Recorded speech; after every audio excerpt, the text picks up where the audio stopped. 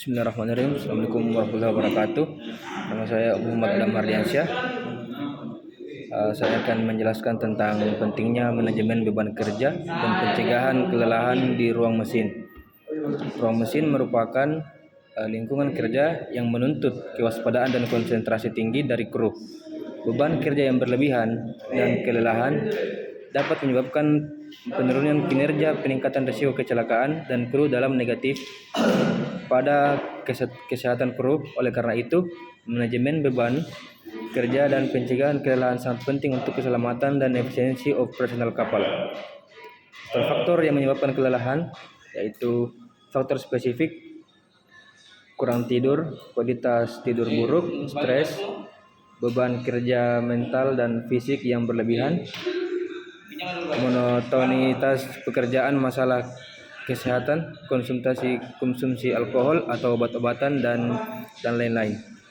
Faktor manajemen kapal: kebijakan pegawai yang buruk, kurangnya pelatihan, kurangnya komunikasi dan tekanan ekonomi. Faktor spesifikasi kapal: desain kapal yang buruk, keadaan peralatan yang rendah, dan kondisi kerja yang tidak nyaman, misalnya kebisingan, getaran, suhu yang ekstrim.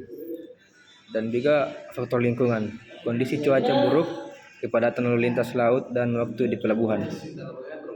Strategi pencegahan kelelahan. Strategi pencegahan kelelahan pada saat bekerja di ruang mesin yaitu pencegahan kelelahan membutuhkan pendekatan multi-phase yang melibatkan berbagai pihak, termasuk perusahaan pelayaran, manajemen kapal, dan kru itu sendiri. Yang pertama itu pemenuhan regulasi, memastikan kepatuhan terhadap peraturan maritim mengenai jam kerja minimum dan jam istirahat maksimum. Manajemen waktu kerja, merencanakan jadwal kerja yang efektif, termasuk rotasi tugas untuk mengurangi monotonitas dan beban kerja yang berlebih. Menerapkan prinsip Pareto untuk mengoperasikan tugas-tugas penting. Yang kedua yaitu istirahat yang cukup. Mendorong kru untuk mendapatkan 7-8 jam tidur nyenyak setiap hari dan mengambil istirahat secara teratur. Memfasilitasi lingkungan tidur yang nyaman di kapal. Gaya hidup sehat.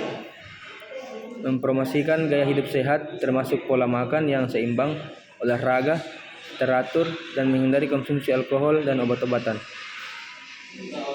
Komunikasi terbuka, membangun lingkungan komunikasi yang terbuka di mana kru dapat melaporkan kesalahan tanpa takut akan hukuman.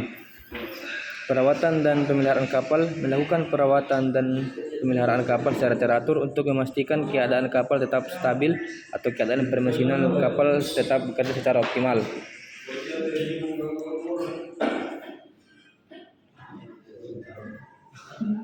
Penjelasan lebih lanjut mengenai pentingnya manajemen beban kerja di kapal yaitu 1. Analisis beban kerja yang lebih mendalam.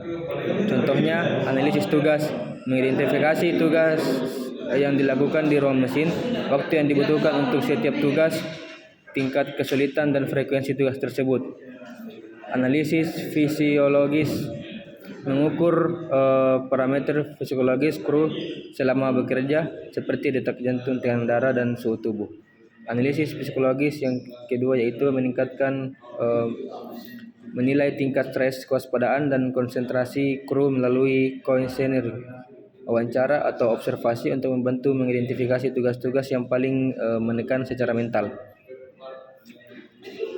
Berdasarkan analisis yang kedua yaitu ditemukannya beban kerja optimal yang aman bagi kru.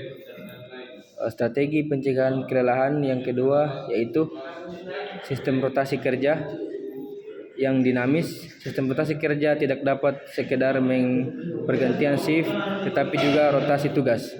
Kru dengan keterampilan yang berbeda dapat dirotasi untuk menghindari monotonitas